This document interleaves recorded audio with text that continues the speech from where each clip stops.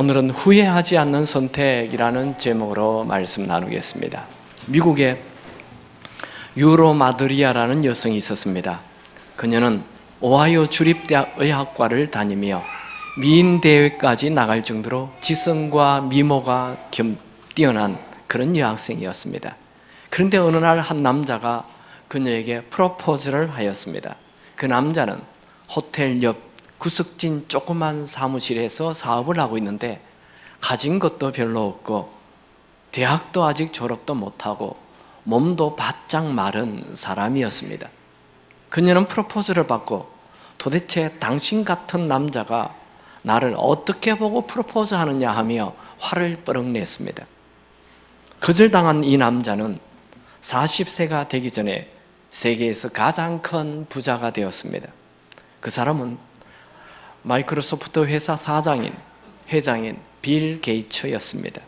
반면에 빌 게이츠의 부인이 될 뻔한 이 여자는 뛰어난 외모와 많은 재물을 가진 어느 요트업자와 결혼을 했다가 이혼을 한 후 혼자 외롭고 쓸쓸한 날을 보내고 있습니다. 그녀는 세계 최고의 부자의 아내가 될 수 있었지만 순간의 잘못된 선택으로 전혀 다른 인생을 살고 있습니다. 인생은 한 번밖에 살 수 없기 때문에 한 번 선택 잘못하면 엄청난 대가를 지불합니다. 그래서 올바른 선택을 한다는 것은 정말 중요한 것입니다. 사르트르는 이런 말을 했습니다. 모든 사람은 이것이든 저것이든 하나를 선택한다. 그리고 그들은 그것에 대하여 책임을 져야만 한다. 알베르 까미는 이런 말을 했습니다. 인생은 자신이 내린 선택의 종합이다.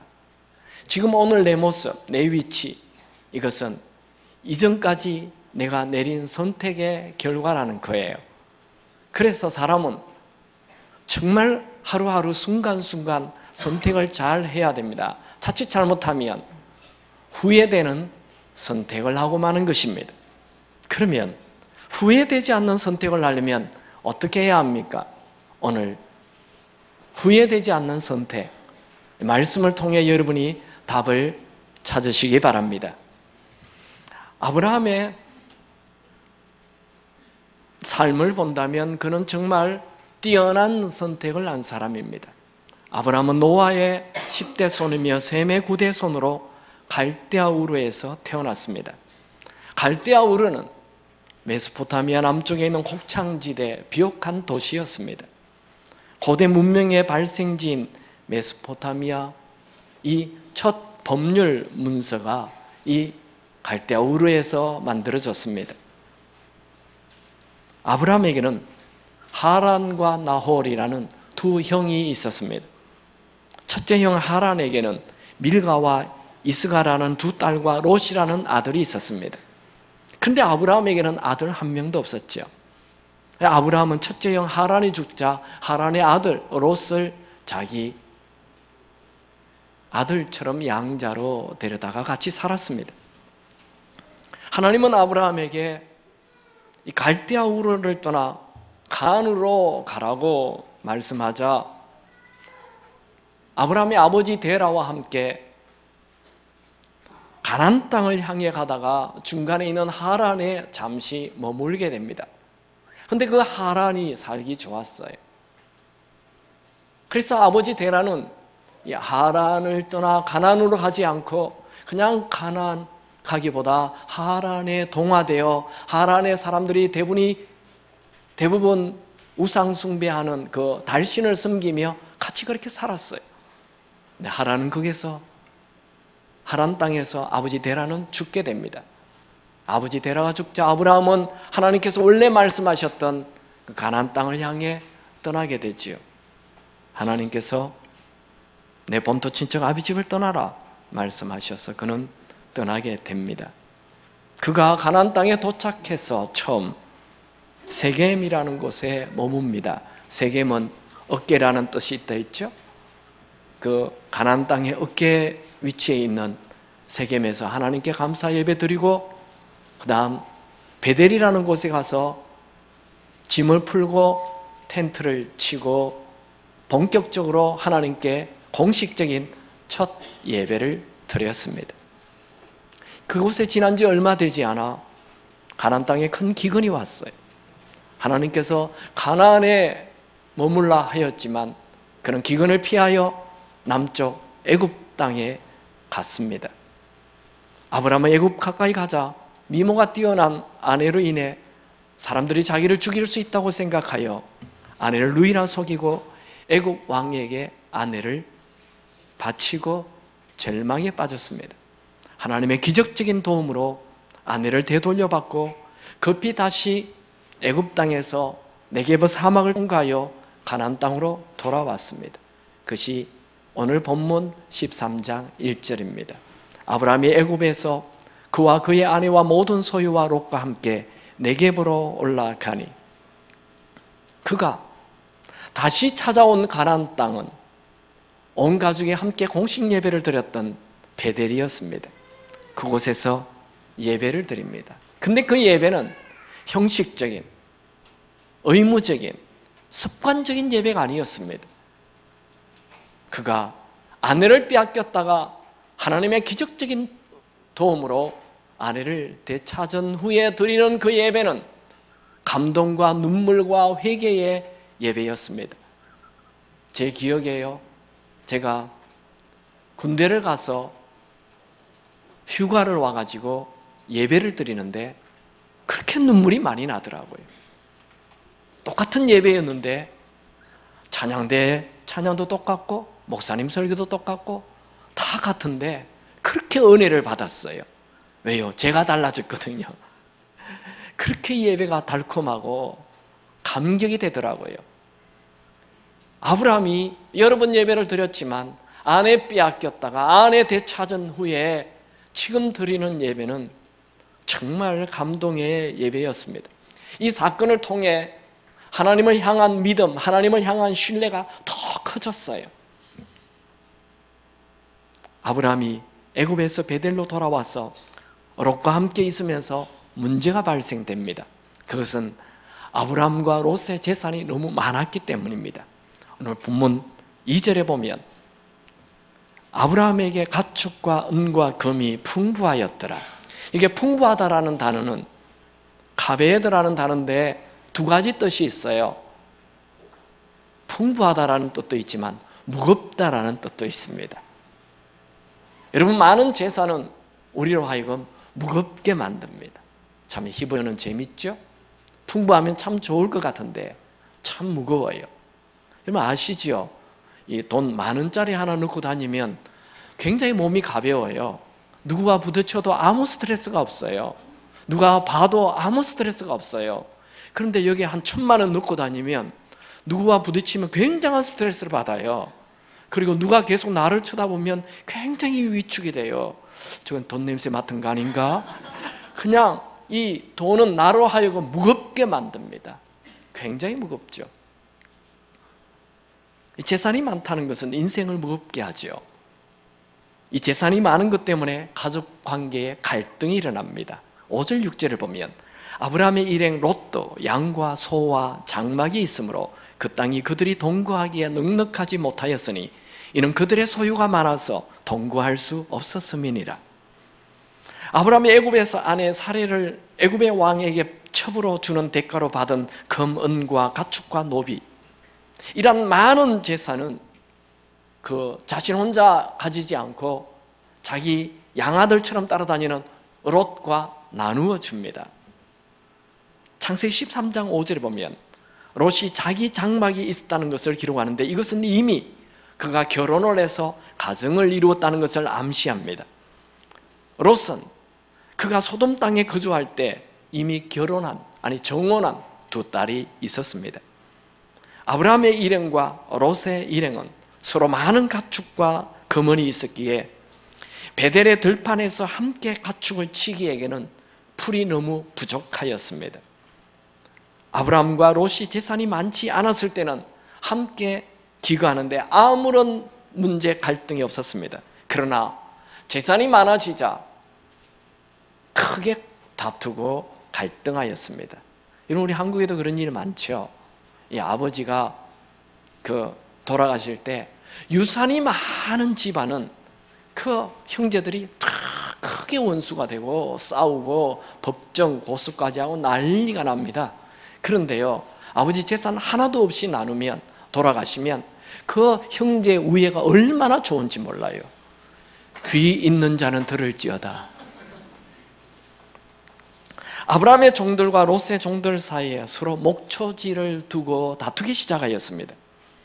아브라함은 이 종들 간의 갈등을 적극적으로 개입하여 처리합니다. 아브라함은 자기가 친아들처럼 여겼던 롯에게 우선권을 줍니다. 그게 8절 9절에 나와 있죠. 아브라함이 롯에게 이르되 우리는 한 친족이라 나나 너나 내 목자나 네 목자나 서로 다투게 하지 말자. 네 앞에 온 땅이 있지 아니하냐. 나를 떠나가라. 너가 좌하면 나는 우하고 너가 우하면 나는 좌하리라.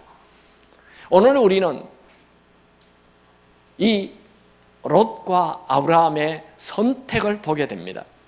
먼저 첫 번째 사람 롯을 한번 볼까요?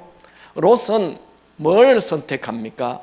첫 번째로 롯은 이기적인 선택을 합니다. 같이 말씀을 읽어보죠. 창세기 13장 10절과 11절 같이 읽습니다. 이에 롯이 눈을 들어 요단 지역을 바라본즉 소알까지 온 땅에 물이 넉넉하니 여호와께서 소돔과 고모라를 멸하시기 전이었으므로 여호와의 동산 같고 애굽 땅과 같았더라. 그러므로 롯이 요단 온 지역을 택하고 동으로 옮기니 그들이 서로 떠난지라. 첫 번째 롯은 탐욕을 선택하였습니다. 눈을 들어 물이 넉넉한 요단을 선택하였죠. 팔레스틴 땅은 물이 바로 목숨이에요. 이 비가 없는 건조한 기후이기 때문에 물이 얼마나 소중한지 몰라요. 롯은 눈을 들어 물이 넉넉한 요단 동편을 선택했어요. 이 양떼와 소떼를 치며 사는 이 유목인들에게는 목초지가 가장 중요해요. 목초지는 물이 넉넉해야 잘 자라지요. 롯이 선택한 이 물이 넉넉한 이곳은 에덴 동산 같았고 나일강 들판처럼 비옥한 땅이라고 기록합니다. 그가 이렇게 비옥한 땅을 선뜻 선택한 것은 바로 이기적인 본능 때문이었습니다. 그는 아주 어릴 때부터 갈대아 우르에서부터 아브라함과 함께 살았어요. 친아버지 아니지만 삼촌이지만 친아버지처럼 그렇게 한 집에 살았어요. 그 아버지가 삼촌이 자기에게 좋은 땅을 선택하라고 얘기하였을 때 그는 나이가 많은 연장자인 그 아브라함을 생각하기보다 자기의 유익만 생각하고 선뜻 좋은 땅을 선택하죠. 이것을 탐욕이라고 하는 거예요. 나의 유익만 생각하는 것. 옆에 있는 사람을 아무 생각하지 않고 나의 유익만 생각하는 이 욕심이라고 얘기하죠. 탐욕이 가득한 사람, 욕심이 가득한 사람은 아주 이기적이고 은혜를 모르고 감사를 모릅니다. 오로지 자기의 이익만 생각해요. 오로지 돈이 전부예요. 여러분, 돈이 전부가 아니죠. 돈으로 침대는 살 수 있지만 잠은 살 수 없죠. 돈으로 음식은 살 수 있지만 식욕은 살 수가 없죠. 돈은 책은 살 수 있지만 지혜는 살 수 없죠. 돈은 종은 살 수 있지만 아내는 살 수 없죠. 예수님은 우리에게 탐심을 버리라 말씀하지요. 누가복음 12장 15절에 보면 그들에게 이르시되 삼가 모든 탐심을 물리치라. 사람의 생명이 그 소유에 넉넉한 데 있지 아니하리라. 세계적인 지휘자 토스카니는 이런 말을 했습니다. 좋은 환경이 꼭 좋은 결과를 가져오진 않는다. 아담은 에덴 동산에서 타락하지 않았던가. 여러분, 우리가 무엇을 선택해야 하는 순간이 올 때 눈에 보이는 이익보다 하나님이 기뻐하는 쪽으로 선택을 해야 합니다. 눈에 보이는 이익은 물거품처럼 사라질 수 있지만 하나님이 기뻐하시는 쪽으로 선택하면 하나님께서 다 갚아주실 것입니다. 두 번째로 롯은 믿음보다 타락한 세상을 선택하였습니다. 롯이 선택한 비옥한 요단 동편, 동시에 그는 소돔성이 있는 곳을 선택하였습니다. 창세기 13장 12절 13절 한번 읽어볼까요? 같이 읽습니다. 아브라함은 가나안 땅에 거주하였고 롯은 그 지역의 도시들에 머무르고 그 장막을 옮겨 소돔까지 이르렀더라. 소돔 사람은 여호와 앞에 악하며 큰 죄인이었더라. 이 롯이 선택한 것은 물론 비옥한 땅, 요단 동편이지만 그 요단 동편에 있는 도시들과 소돔성을 선택한 것입니다. 여러분, 우리가 창세기를 쭉 이렇게 강의해 오면서 알게 된 것, 도시를 누가 만들었습니까? 인류 최초의 도시 누가 만들었죠? 벌써 잊어버렸나요? 인류 최초의 도시 가인이죠. 네, 아이들도 기억하죠. 가인이 인류 최초의 도시를 만들었어요. 도시는 뭘 얘기합니까? 도시는 내가 나를 보호하겠다는 거죠. 가인이 왜 도시를 만들었습니까? 자기를 보호하기 위하여. 도시는 익명성을 가지는 것입니다. 도시는 칼의 절대성을 가집니다. 권력의 절대성, 그리고 문화의 절대성을 가지는 것이 도시예요. 그게 창세기에서 얘기해주는 도시입니다. 이 롯은 도시가 주는 위험을 잘 알고 있어요.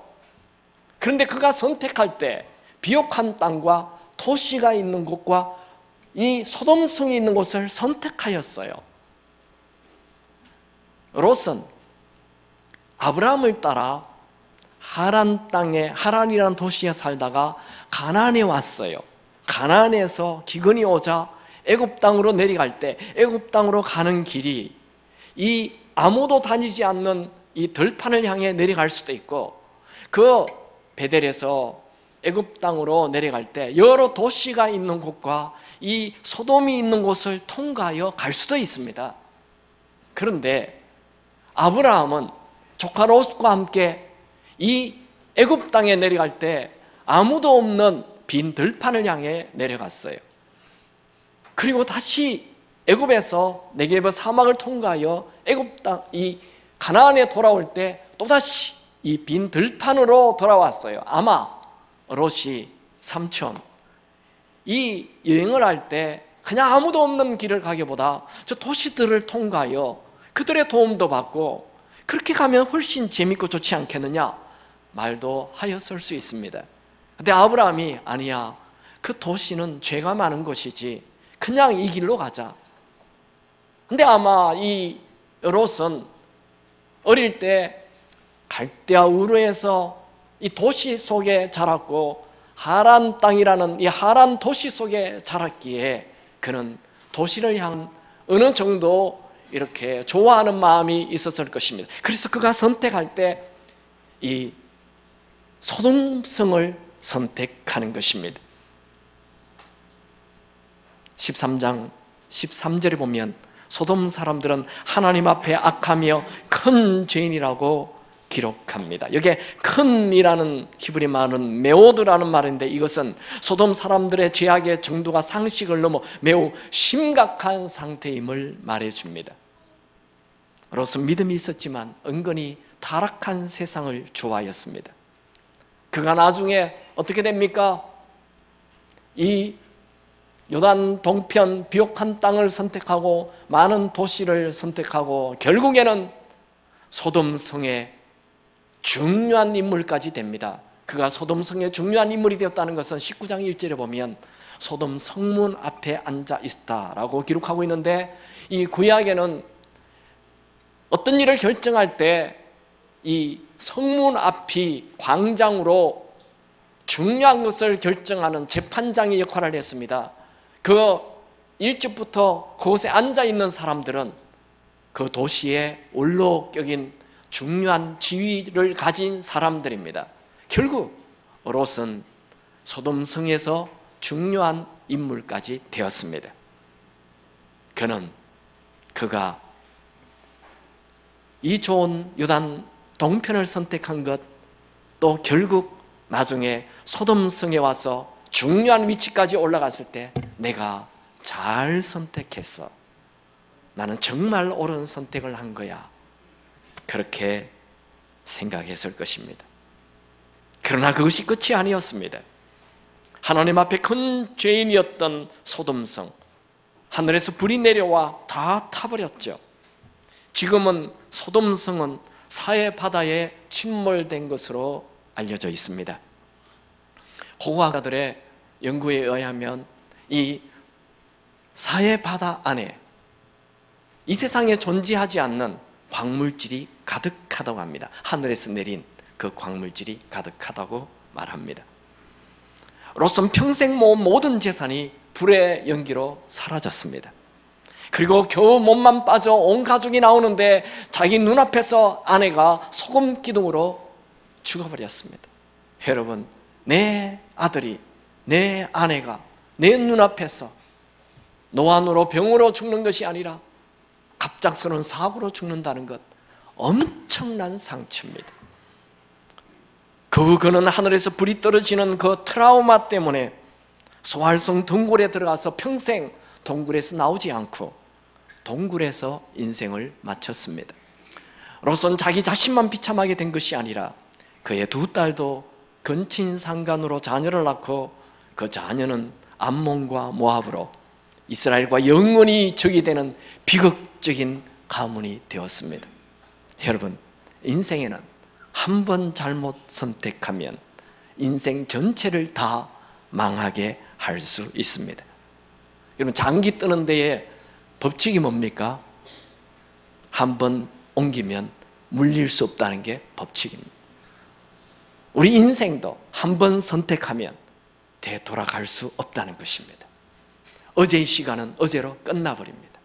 한 번 선택.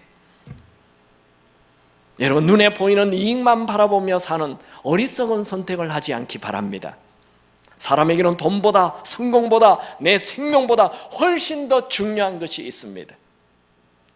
롯이라는 사람의 인생에는 단 한 번도 스스로 예배를 드린 적이 없습니다. 그러나 아브라함을 떠난 이후 한 번도 예배를 드리지 않았습니다.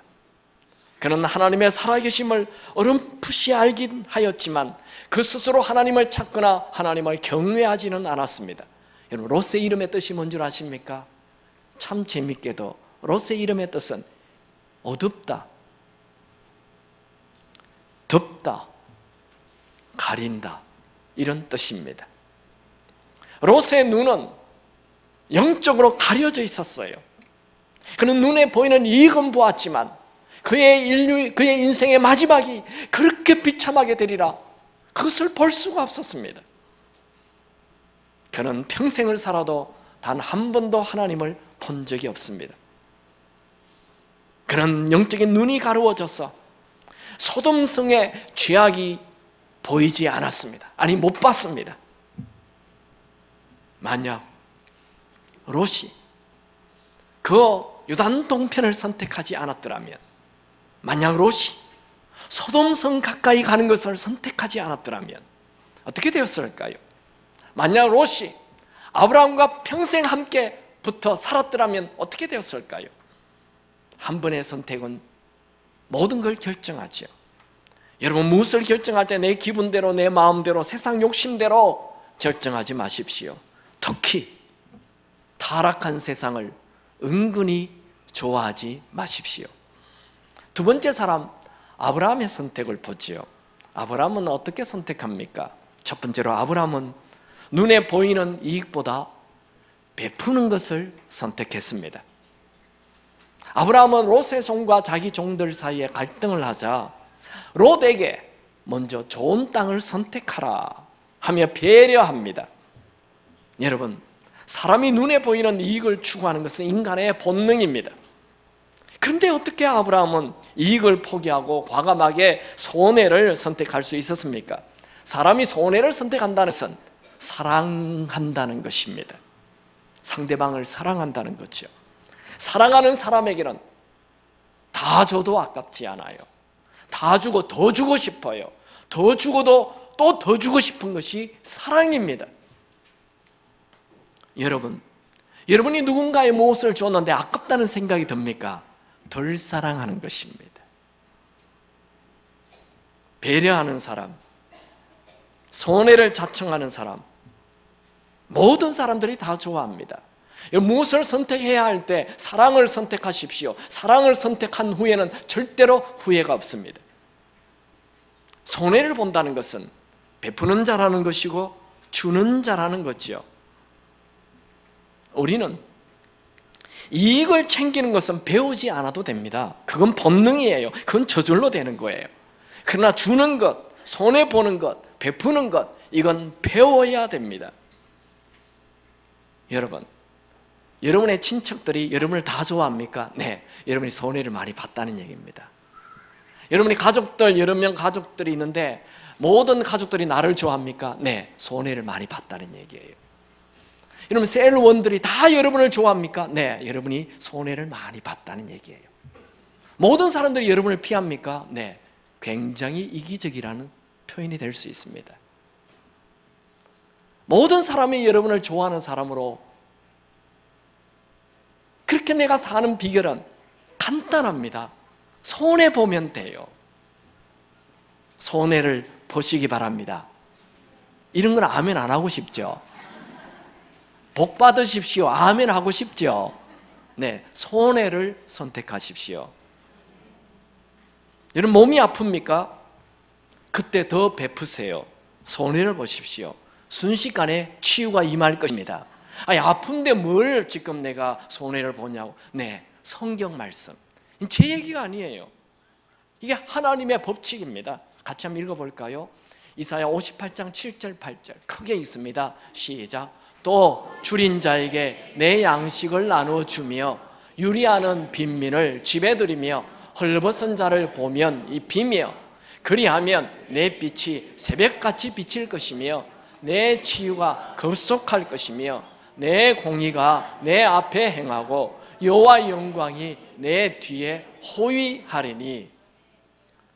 여러분, 하나님의 영광이 여러분 뒤에 이렇게 다 호위하는, 가끔 이 성화 같은 거, 특별히 천주교의 사람들이 그린 성화 보면 사람을 그려놓고 머리에 이렇게 동그란 거, 노란 거 하나 이렇게 해놓은 거 보셨습니까?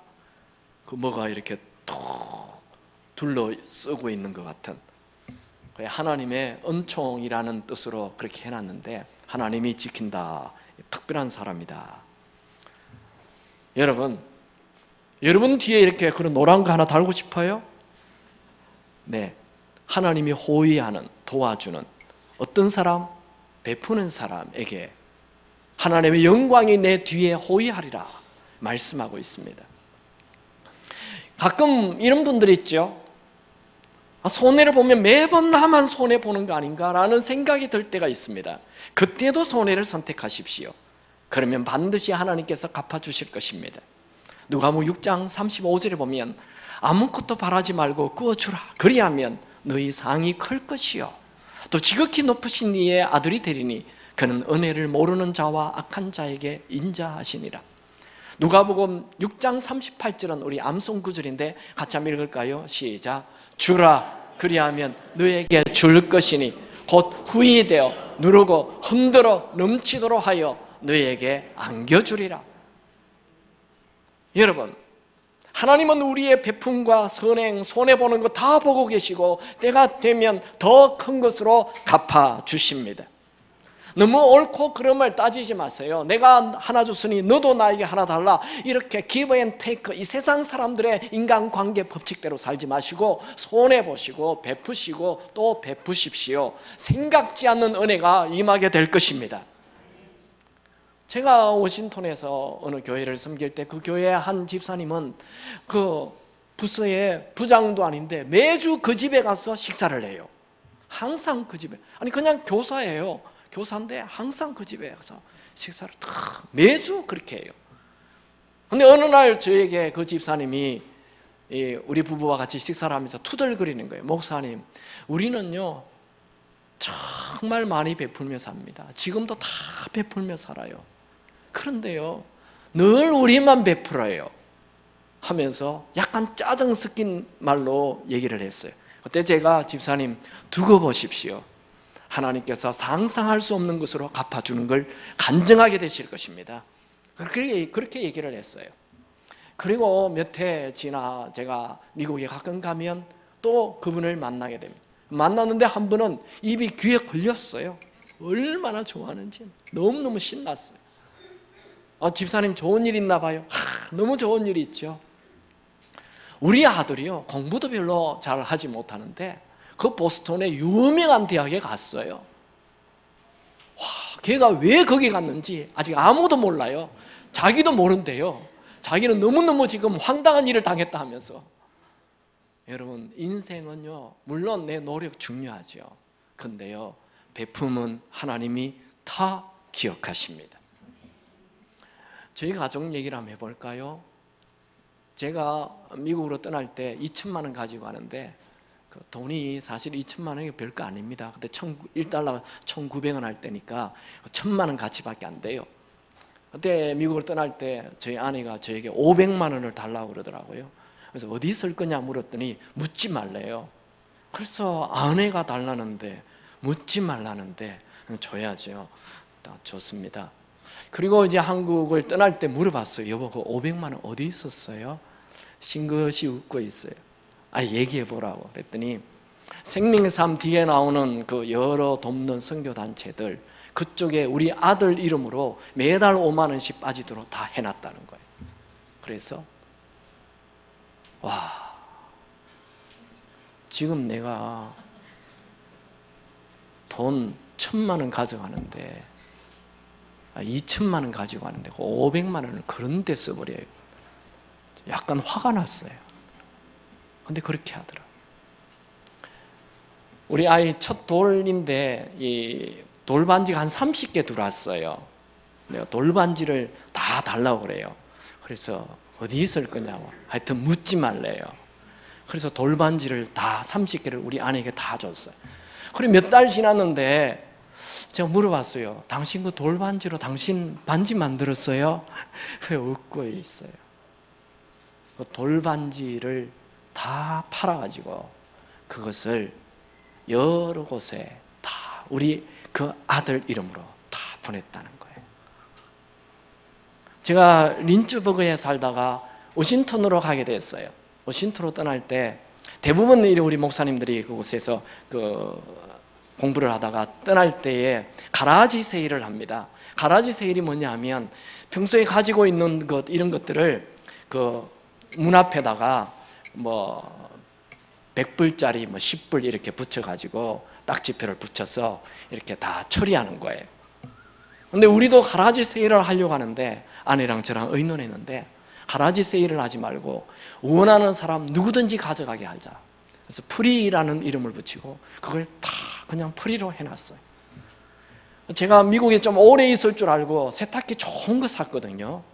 월풀인가 뭔가 그때 유명한 거 좋은 거, 건조기도 좋은 거 사고 이 좋은 거를 다 샀는데 아내가 그걸 다 그냥 프리로 내놨어. 그리고 그걸 다 순식간에 다 없어졌어. 근데 그곳에 있는 오래 그곳에 있었던 한 목사님이 저에게 이런 얘기했어요. 많은 목사님들이 떠나는데 한 번도 이거 프리로 내놓은 분은 한 분도 없었다고 얘기하더라고요. 어쨌든 제가 워싱턴에 갔어요. 근데 생각지 않은 아들이 생겼어요. 깜짝 놀랐어요. 우리 셋째가 생긴 거예요. 근데 이 미국에는 아들 하나 낳으려면 10,000불이 듭니다. 1,000만 원이 듭니다. 병원에서 낳으려면. 근데 이 가난한 유학생이 제가 1불 모아 1,000불 된다가 우리 집 구호였는데 정말 속에 1,000불이 나더군요. 그런 우리 집에 무슨 10,000불이 있겠습니까? 충격이 되었습니다. 야, 이거 어떡하냐. 근데 아이가 태어날 날짜가 다 돼가는데 한두 달 전에 페어팩스라는 병원에 있는 한 간호사가 찾아왔어요. 목사님, 우리 병원에 1년에 5명에게만 프리로 아이 낳게 해주는 제도가 있습니다. 그걸 제가 어떻게 알겠어요? 아무도 몰라요. 근데 그 자매가 그걸 아는 거예요. 그곳의 간호사예요. 그래서 와서 사인만 하래요.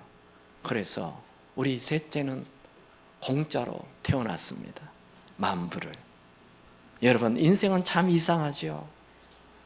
생각지 않은 은혜, 내가 전혀 알지 못하는 은혜가 하나님은 여러분의 섬김과 베품과 손해봄을 다 기억하시고 갚아주십니다.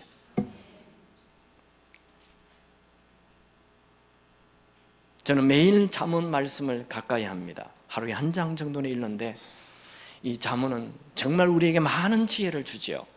잠언 11장 24절 25절 다 같이 한번 읽죠. 시작. 헛터 구제하여도 더욱 부하게 되는 일이 있나니 과도히 아껴도 가난하게 될 뿐이니라.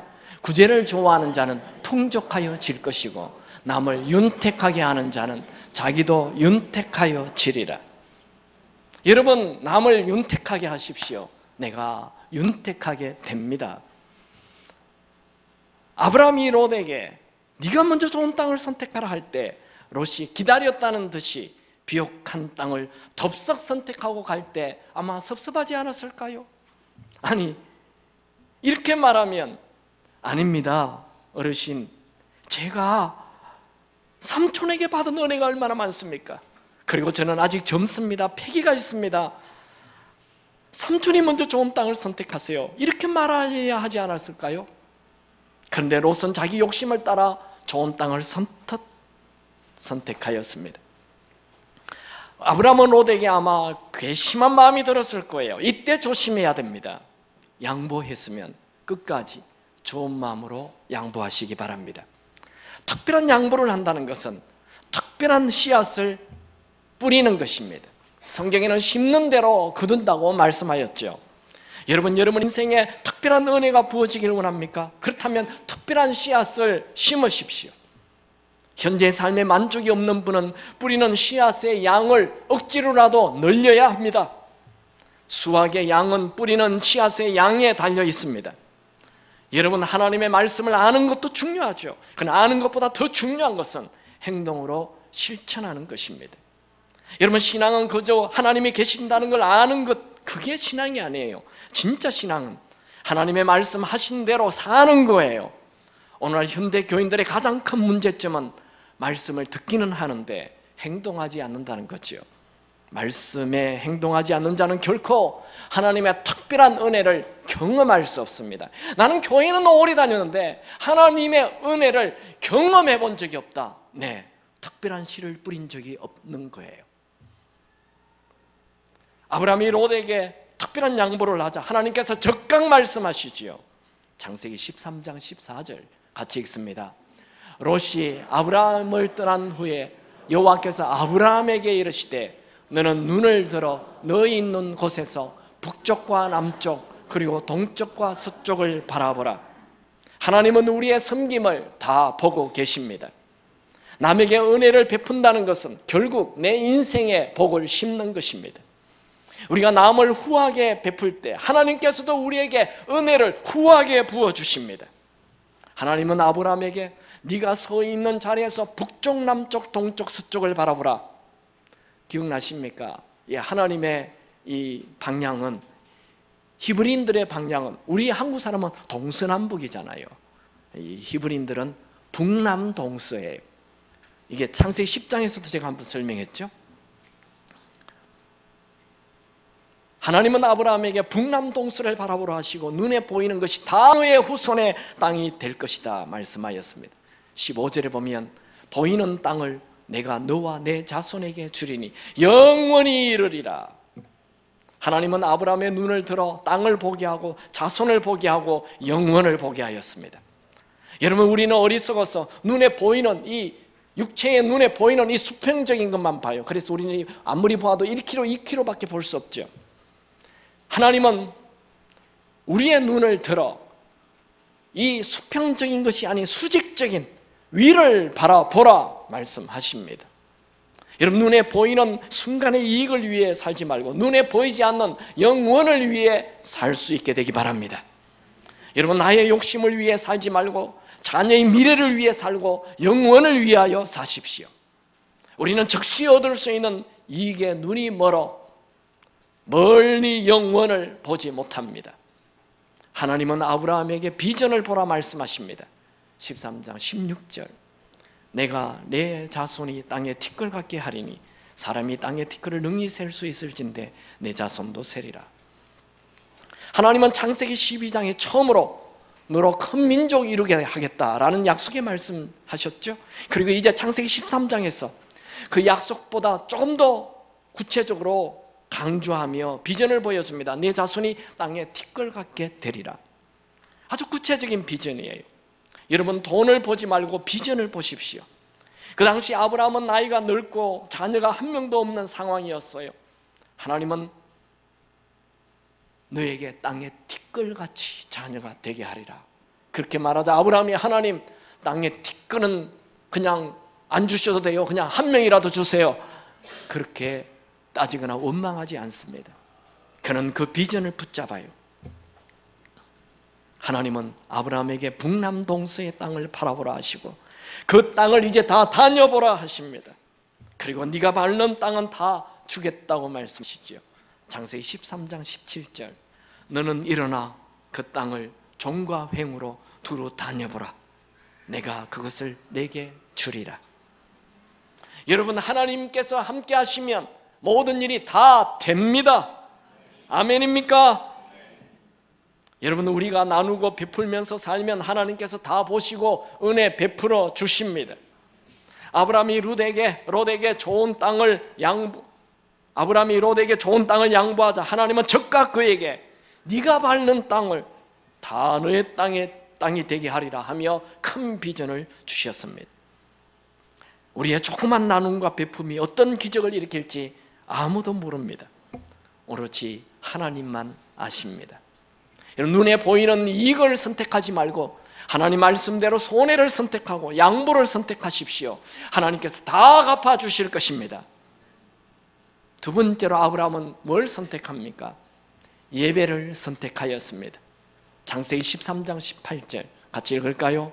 이에 아브라함이 장막을 옮겨 헤브론에 있는 마므레 상수리 숲에 이르러 거주하며 거기서 여호와를 위하여 제단을 쌓았더라.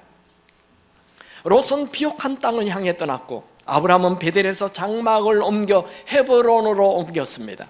이 헤브론은 베델에서 남쪽으로 약 50km 정도 떨어진 곳입니다.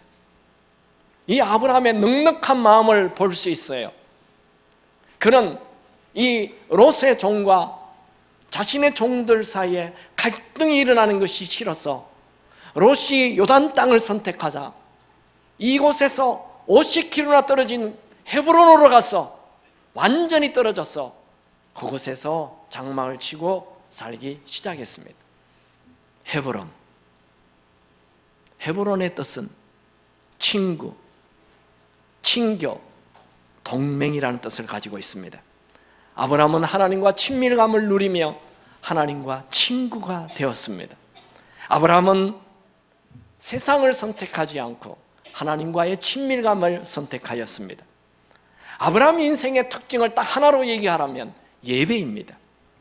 그는 창세기 12장에 가나안 땅에 도착하자마자 세겜에서 감사 예배 드렸고 그 다음 베델에서 짐을 풀고 텐트를 치고 온 가족과 함께 공식적인 첫 예배를 드렸죠. 그리고 창세기 13장에 애굽으로 내려갔다가 다시 베델로 돌아오자마자 제일 먼저 예배를 드렸고 지금 롯이 떠난 이후에 헤브론에 가서 다시 예배를 드렸습니다. 여러분, 누가 복받은 사람입니까? 좋은 땅, 비옥한 땅, 도시 문화, 세상 성공, 그 사람이 복받은 사람입니까? 하나님 곁에 가는 사람이 복받은 사람입니다. 시편 73편 28절, 하나님께 가까이 함이 내게 복이라. 내가 여호와를 나의 피난처로 삼아 주의 모든 행적을 전파하리이다. 여러분, 진짜 복은 하나님 그분 자체입니다. 시편 16편 2절, 내가 여호와께 아뢰되 주는 나의 하나님이시오니 주밖에 나의 복이 없다 하였나이다. 여러분, 진짜 복은 하나님이십니다. 아브라함의 최고의 관심은 하나님과 친밀감. 아브라함은 헤브론에서 하나님과 친밀한 교제를 형성하였고 그의 아내 사레는 헤브론에서 삶을 마쳤습니다. 아브라함은 이곳에서 하나님께서 주시는 복을 누리게 됩니다. 아브라함의 마지막을 한번 볼까요? 아브라함 창세기 24장 1절, 아브라함이 나이가 많아 늙었고 여호와께서 그에게 범사의 복을 주셨더라. 여러분, 롯의 인생의 마지막과 아브라함 인생의 마지막이 너무나도 다른 결과를 가져다 주었습니다. 오늘 롯과 아브라함의 선택을 보면서 우리는 이런 공식을 만들 수 있습니다.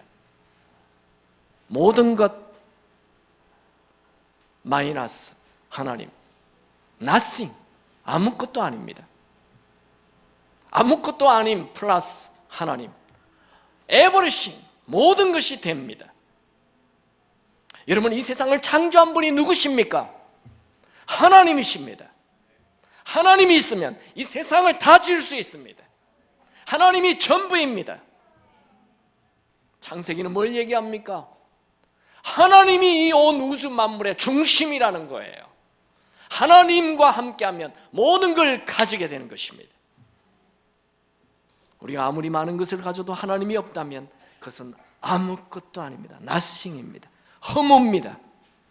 그러나 내가 가진 것이 아무 것이 없어도 하나님과 함께하면 모든 것을 다 가지게 됩니다. 여러분, 롯처럼 값비싼 인생 전체를 다 망치는 수업료를 치르고 하나님과 가까워지려고 하지 마시고 처음부터 하나님과 동행하는, 하나님 가까이 하는 삶을 사시기 바랍니다. 참 복은 사람이 만드는 것 아닙니다. 행복 사람이 만들지 않아요. 참 복, 참 행복, 참 기쁨은 하나님이 만들어 주시는 것입니다. 제가 이 선택이라는 설교를 하면서 여러분들에게 몇 가지 조언을 하고 싶습니다. 지금 여러분이 뭔가 선택을 앞두고 있습니까? 죄를 선택하지 마세요.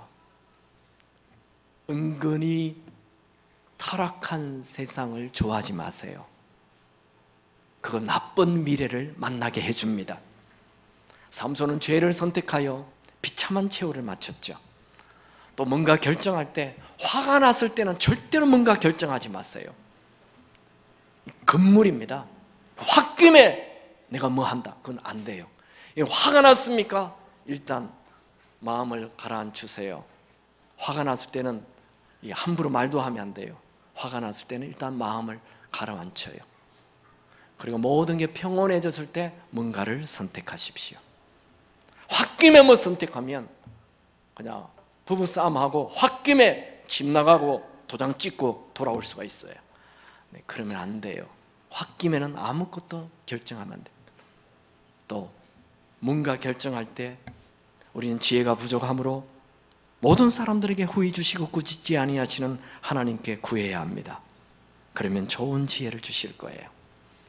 제일 중요한 선택의 원칙은 이게 하나님을 기쁘시게 하는가? 그걸 물어보고 결정하면 됩니다. 여러분, 정말 기억하시기 바랍니다. 돈을 버는 것보다도, 출세하는 것보다도, 위대한 유명한 사람 만나는 것보다도, 더 좋은 학교에 들어가는 것보다도 훨씬 더 중요한 것이 있습니다. 그것은 하나님을 기쁘시게 하는 것입니다. 여러분이 만약 세상의 것을 다 가졌는데 그분과 멀어지거나 그분과 분리가 된다면 그 모든 것은 아무런 의미가 없습니다. 여러분이 무엇을 결정하든 이것이 하나님과 더 가까워지는가를 생각하며 결정하시기 바랍니다. 그 선택이 하나님과 관계가 좋아진다면 하나님께서 여러분을 보호하시고 최고의 길로 인도하실 것입니다. 그러나 그 결정이 하나님과 멀어진다면 절대로 그걸 선택하면 안 됩니다. 두고 후회할 것입니다. 날마다 하나님을 기쁘시게 하는 것을 선택하여 후회하지 않는 인생이 되기를 주님의 이름으로 축원합니다. 옆에 있는 거 악수합시다. 후회하지 않는 선택을 합시다. 찬양하죠.